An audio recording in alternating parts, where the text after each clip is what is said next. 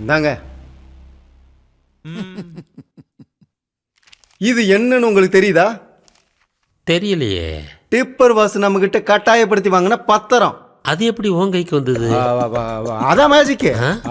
Tipper வாசுக்கு திடீர்னு குற்ற உணர்ச்சி வந்துருச்சு. குற்ற உணர்ச்சியா? அதேதான். நான் பண்ணது பெரிய பாவம்னு சொல்லிட்டு என்கிட்ட வந்து மன்னிப்பு கேட்டான். அப்ப அவனும் கோயிலுக்கு போனானா? கோயிலுக்கா? போகாம திருந்திட்டேன்னு கடவுள்கிட்ட மன்னிப்பு கேட்டான்.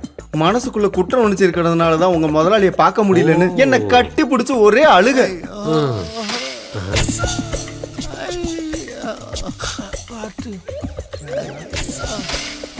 வீல் சேர்ல வர்றது டிப்பர் தானே? அப்படின்னு நினைக்கிறேன். எவனும் செமத்தியா கொடுத்துருக்கானே. முந்திரி தர்றேன், சாப்பிடுறீங்களா?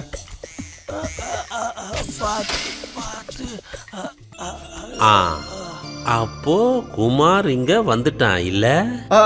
குமாரா எங்க? எப்போ? சொல்றா, உண்மையை சொல்றா. குமார் இந்த ஊருக்கு வரவும் இல்ல, டிப்பர் வாசுவ பார்க்கவும் இல்ல, அப்பாவுக்கு கொடுத்ததை திருப்பி கொடுக்கவும் இல்ல, ஹாஸ்பிட்டல்ல அப்பாவை மறைஞ்சிருந்து பார்த்துட்டு திரும்ப போகவும் இல்ல. இப்ப நம்புறீங்களா? சரி சரி, அவனை பத்தி என்னத்த சொல்ற?